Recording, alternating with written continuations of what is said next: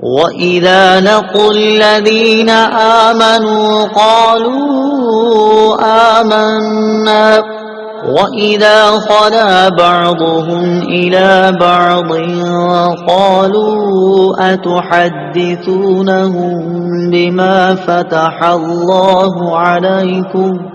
بِمَا فتح الله عليكم ليحاجوكم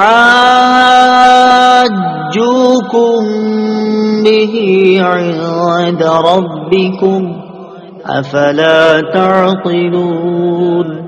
أولا يعلمون أن الله يعلم ما يسرون وما يعلنون۔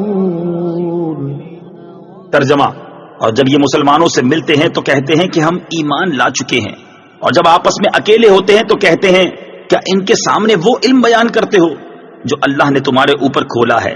تاکہ اس کے ذریعے یہ تمہارے رب کی بارگاہ میں تمہارے اوپر حجت قائم کریں؟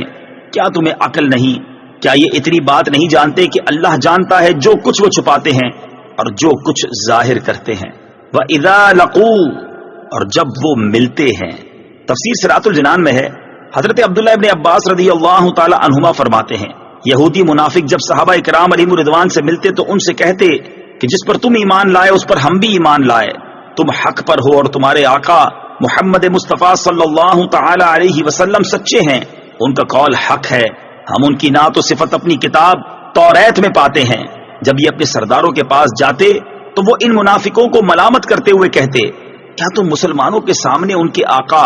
محمد مصطفیٰ صلی اللہ تعالی علیہ وسلم کے بارے میں وہ باتیں بیان کرتے ہو جو اللہ تعالیٰ نے تمہاری کتاب میں بیان فرمائی ہیں، تاکہ وہ اس کے ذریعے دنیا و آخرت میں تمہارے اوپر حجت قائم کر دیں کہ جب ہمارے آقا محمد مصطفیٰ صلی اللہ تعالی علیہ وآلہ وسلم کا نبی برحق ہونا تمہاری کتابوں میں موجود ہے تو تم نے ان کی پیروی کیوں نہ کی؟ کیا تمہیں عقل نہیں کہ تمہیں یہ کام نہیں کرنا چاہیے؟ اس سے معلوم ہوا کہ حق پوشی اور سرکار دو عالم صلی اللہ تعالی علیہ وآلہ وسلم کے اوصاف کو چھپانا اور ان کے کمالات کا انکار کرنا